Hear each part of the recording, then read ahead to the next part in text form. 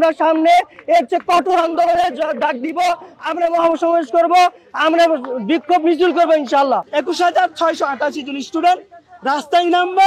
আজকে আসলে দুঃখ বরাবর বলতেছি যে আসলে আমরা গতকালকে আপনারা মিডিয়া ভাইরা সহ সারা বাংলাদেশ দেখেছেন যে তারা 113 জন ব্যক্তির নতুন করে জালিয়াতি ভাইভায় পাশ করিয়েছে। সুতরাং সেই জালিয়াতি ভাইবার সাথে আমরা বৈষম্যহীন হয়েছি 20,000। তাহলে আমরা এতে কেন পাশ করতে পারলাম না? গত 15 তারিখ আমরা যখন এই জায়গায় আন্দোলন শুরু করি, আমাদেরকে নুর আলম সিদ্দিকী ভারপ্রাপ্ত চেয়ারম্যান আর আমাদের চেয়ারম্যান তো দুর্নীতি করে তো চলেই গেছে, কিন্তু যাকে ভারপ্রাপ্ত চেয়ারম্যান সে বলেছে যে ফলাফল আর পূর্ণ বিবেচনা করা সম্ভব নয়, তোমাদের সাথে বৈষম্য হয়েছে। যদি সে এটা স্বীকার করে তাহলে আমাদেরকে কেন আমাদের ফল পূর্ণ বিবেচনা করা সম্ভব নয়? তাহলে তিনি কোন ভিত্তিতে 113 জন এটা করলেন? তার এনটিআরসি ভারপ্রাপ্ত নুর আলম সিদ্দিকীর কাছে জবাব চাই। আর যদি জবাব সুস্থ না পাওয়া যায় তাহলে আমরা সামনে এর চেয়ে কঠোর আন্দোলনের ডাক দিব, আমরা মহাসমাবেশ করব, আমরা বিক্ষোভ মিছিল করবো ইনশাল্লাহ।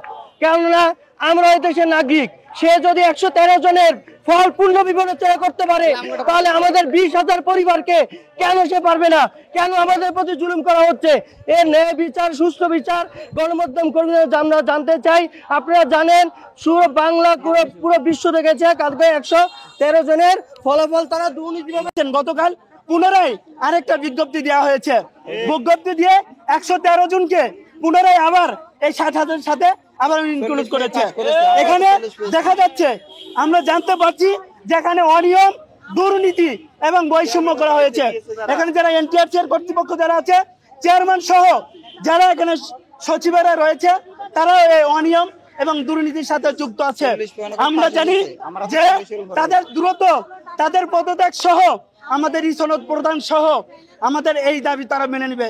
যদি এই দাবি তারা না মেনে নেয়, আমরা এই 23,000 স্টুডেন্ট, 20,000, 21,688 জন স্টুডেন্ট রাস্তায় নামবে। যেভাবে আপনারা দেখেছেন, আমরা শান্তিপূর্ণভাবে আমরা প্রেস ক্লাবের সামনে অবস্থান নিয়েছিলাম। আমাদেরকে আপনারা দেখতে পেয়েছেন। ওই দিন গোটা দেশ জানতে পেরেছে যে এই 20,000 স্টুডেন্টের সাথে তারা দুর্নীতি এবং অনিয়ম। আমরা শেষ পর্যন্ত আমাদেরকে যতক্ষণ পর্যন্ত না আমাদের এই সদন প্রদান করে না হবে ততক্ষণ পর্যন্ত আমাদের অবস্থান কর্মসূচি, আমাদের আন্দোলন একের পর এক কর্মসূচি আমাদের অব্যাহত থাকবে।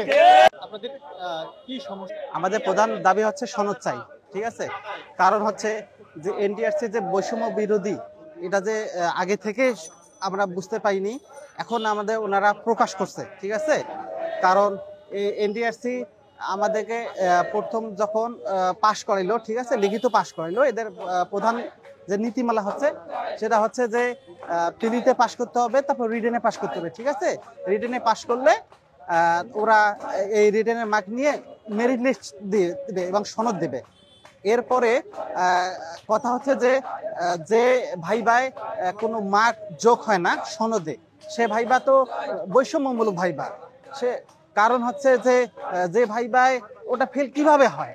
কারণ যারা আমরা এই সনদে দেখলাম কোনো ভাইবার মার্ক নাই, ঠিক আছে? কারণ এটা কিভাবে আমাদের সঙ্গে বৈষম্য করে?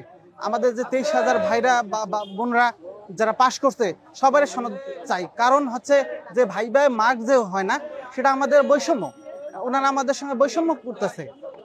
আমাদের প্রধান দাবি হচ্ছে যে আমরা সনদ চাই। আর এরপরে যে 113 জন যে ওরা পাশ করাইলো, এটা তো সম্পূর্ণ দুর্নীতি। কারণ রেজাল্টের পর ওনারা কিভাবে আমাদেরকে কিভাবে পাশ করে 113 জনকে? ওনারা বলছিল যে একমাত্র শিক্ষা মন্ত্রণালয়ের সঙ্গে আপনারা বসেন, আপনারা কথা বলেন, কথা বললে তখন ওনারা যদি অনুমতি দেয় তখন আমরা বসবো। কিন্তু ওনারা শিক্ষা মন্ত্রণালয়ের সঙ্গে কথা না বলেই ওনারা আবার রেজাল্ট দিলে 113 জন, এটা বৈষম্যমূলক রেজাল্ট। ওনারা যদি 113 জন কাকে দিতে পারে তাহলে আমাদের 23,000-কে কেন দিতে পারবে না? ঠিক আছে, এটা আমরা সম্পূর্ণ আমাদের সঙ্গে বৈষম্য করা গেছে, আমরা চাই না এটা।